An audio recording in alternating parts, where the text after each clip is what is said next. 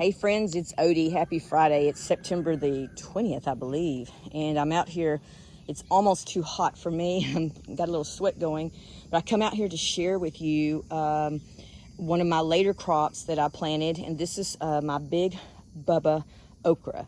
Okra, if you've never planted okra, you can plant it late in your gardening season after everything else has been planted. And maybe you have a free space, or maybe something's quit making and it's time to get rid of it, and so you can put this okra seed down. I found this Big Bubba seed in a dumpster last year at Woods.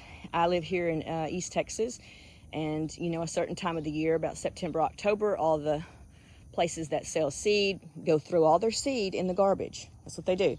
Out in their dumpsters, they throw the entire display out in their garbage. And so if you are lucky enough, you can find it and jump in there and grab all the seeds you want, like I did. I'm not too proud to do such a thing. They're wasting seeds. And it's funny, they'll sell it to you the day before and then throw it in the trash the day after. It's just crazy. Like, mark it down to a penny or 10 cents or something, but they mark it down maybe to 30% off, and then they go throw it in the garbage. It's crazy. But this, I wasn't a big okra person. I've never grown okra until last year, I think it was last year. Time flies. But I thought, I'm going to do it. The people I live around and with, they like okra. And I'm not big on frying things, so that's the other problem. You can pickle okra, you can boil okra, and of course fried okra is the best. Anyway, so you see the beautiful flowers that okra puts on. They're just beautiful. Okra, usually when you pick okra, it's kind of itchy, scratchy, so you might want to wear like a long sleeve shirt if you're going to harvest okra. And okra is similar to cucumbers in that if you miss an okra, let's look at this one right here. See this one right here? Okay, that's not really big, but if I'm not careful, I'll forget it. I'm not going to be here this weekend, so I'm going to go ahead and harvest this one, and I'm going to show you what will happen if you see one this large like today. Then you better get out here tomorrow and you better harvest it, because if you don't, let me show you what will happen. This stuff grows so fast, similar to a cucumber. So I'm going to show you. So like this would be today, okay? If I left this tomorrow, it would be this big. And then if I left it again, it'd be this big. Now when okra gets too big, it gets very tough.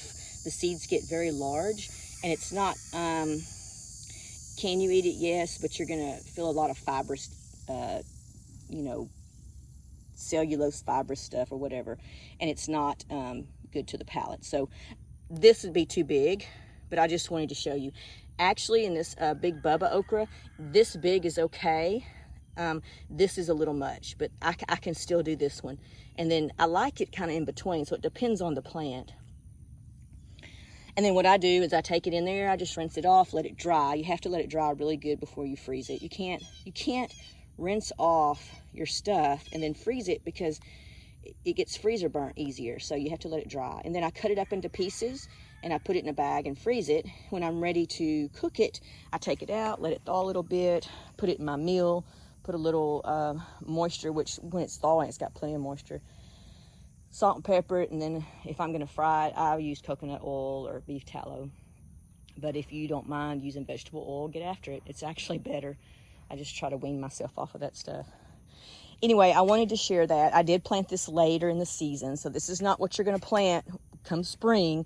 You're not gonna plant this okra right away. You can, but I wouldn't, because this gives you something to harvest, especially if you have a smaller garden.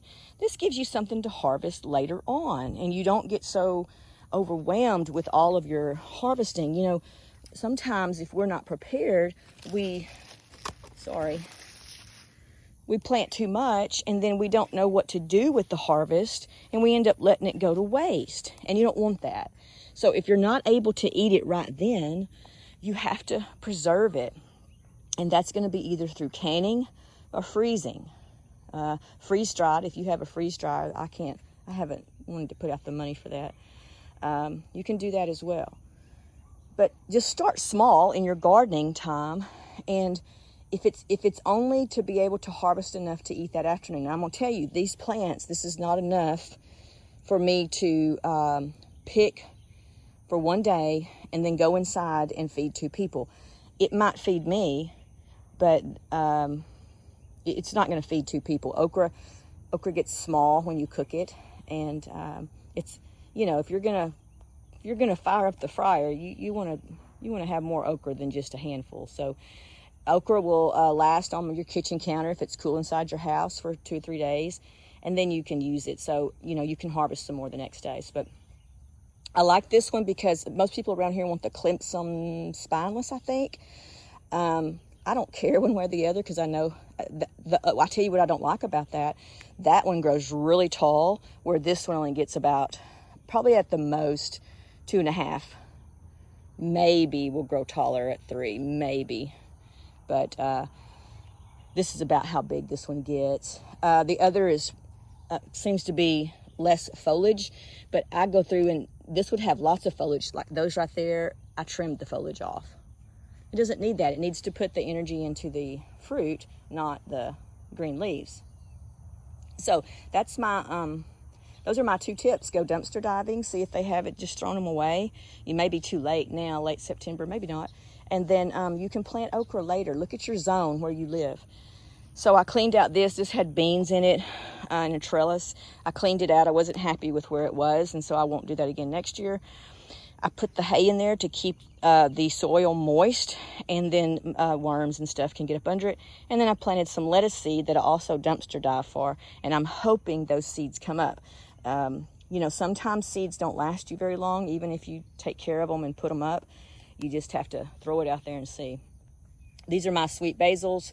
And I planted them at the very beginning of spring. This is a green sweet basil. This is a purple basil. It went to seed very fast, but I left it because pollinators love it. Over here, I have my jalapeno peppers. Peppers like hot weather, so if you plant peppers, don't plant them real early in the spring. Let it get warm where the nights aren't too cool, or they're just gonna sit and they're gonna be dormant for a while, and you're gonna think they're dead and you'll pull them up. Don't do that. So I planted these a little bit later on purpose, and then all summer they've produced, and really they took a time out about a month ago, and now they're back to producing. You can see. And so I like to pickle these jalapeno peppers, and I do freeze them. I don't really know what I'm going to do with them, but I don't want to waste them. So this is one of those things I'm learning. You know, you can cook with jalapenos, you know. So look up some recipes. But I just leave them. They're pretty spindly looking, but I left them because they had blooms on them, and so now I'm getting some more. So don't rush. Your plants are pretty, they know what they're doing more than we do. Anyway, I wanted to share that with you. This is a newer side of my garden, and this was my older. If you go back and look at my videos, I put this up by myself pretty much. I had to have help with one of them. These are 2 16-foot cattle panels you can buy at any of your farm and ranch, or if you go to a lumber store. And then you have 6, I put 8, probably T-post. Probably could have done 6 if I just thought about it. I've grown cucumbers and beans and anything that will trellis, you can grow up this. And it doesn't look beautiful now, but it's so beautiful in the summer. So this is a great way to save space. It's fun. It's shady underneath, and you can put plants underneath. That's what I've done. And that will grow in the shade. I had marigolds planted because marigolds are good pest deterrents. This is a cucumber plant. Let me tell you, if you don't know what to do with cucumbers and you plant a lot of plants, you're going to have so many you'll waste them, and you'll be giving them away, and then you can't even give them away.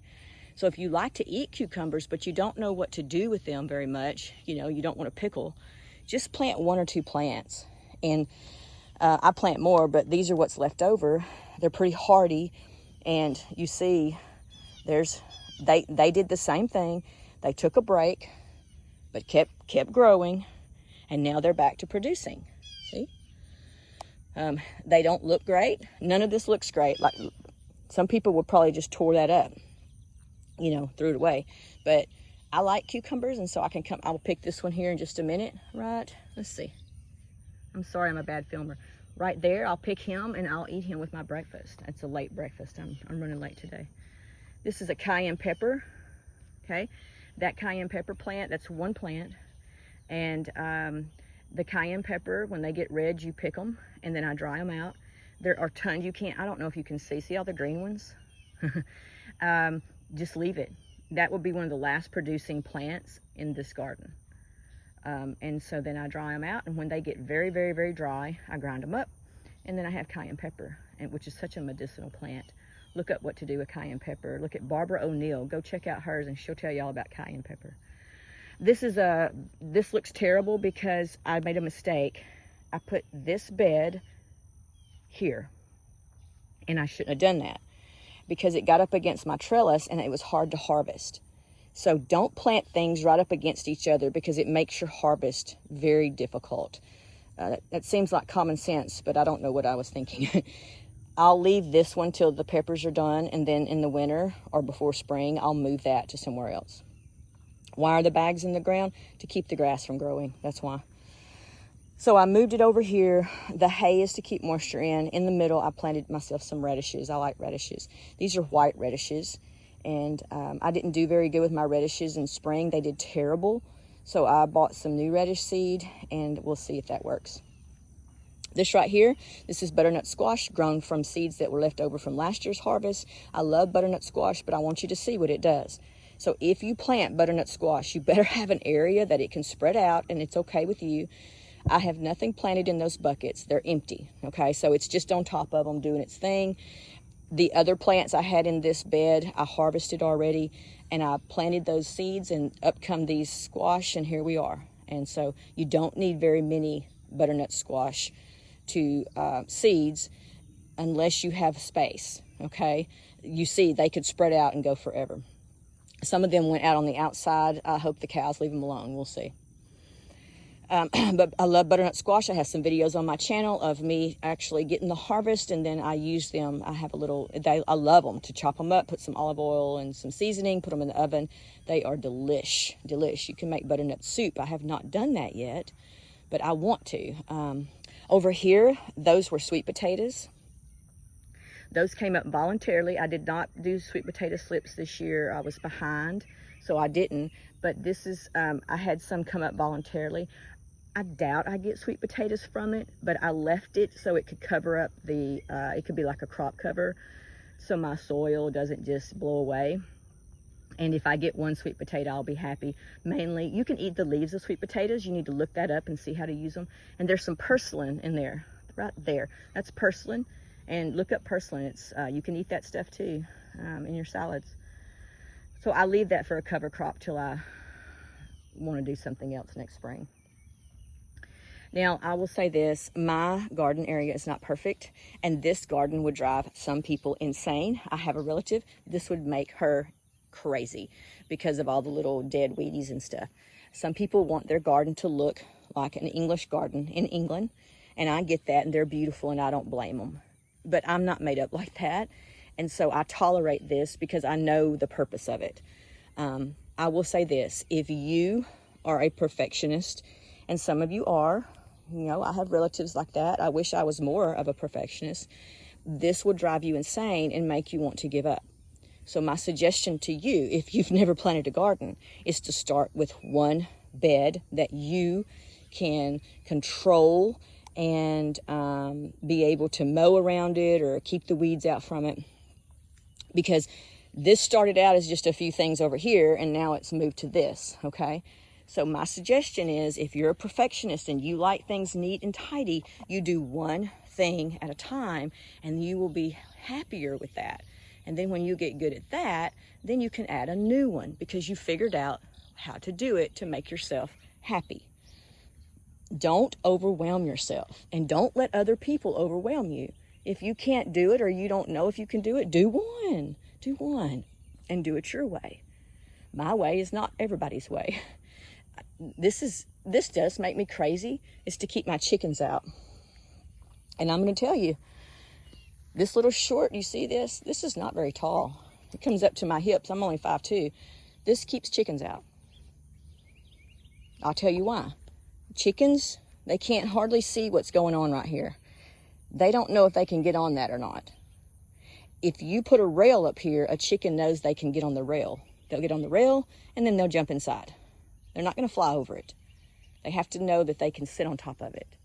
So it doesn't matter if it's 2.5 feet or 3 foot tall, or if it's 6 foot tall. If you put a rail on it, your chickens are going to get on it. So the way you keep them out is you don't put a rail. Now I'm going to say this. Do you see that green, that right there, those panels? I put this on the bottom to keep the chickens out. They have not jumped on top of that, and I don't know why. And the only thing I can think about is the color of it makes it blend in, and they're not real sure. They can't measure the distance. That's all I can think of. They don't get up there. It's the craziest thing. All right, friends, it's getting warm outside. I'm going to go eat a brunch, little late breakfast, and I'm going to get that cucumber and harvest it. And I'm going to finish getting my Big Bubba okra trimmed off there so they can get more coming, you know. Anyway, I just wanted to share that with you. Go dumpster diving. Okra's a late crop. Don't give up on your cucumbers or your peppers. Let them go. And butternut squash takes up a lot of room. So just make sure that's okay with you. You have a great September. I think it's 20th. We're almost to the end of September. We've got baby calves hitting the ground. I had one overnight. I had one yesterday, and I'm expecting another one today. It's exciting times around here. And just be thankful. I'm so thankful for this area.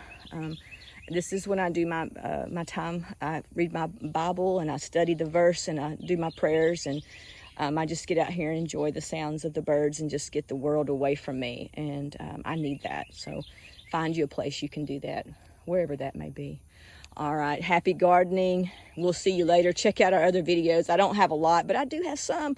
And so maybe you can learn something from it, or nothing else, just laugh about it. Give us a thumbs up and help our channel, and we'll be talking to you later. Bye.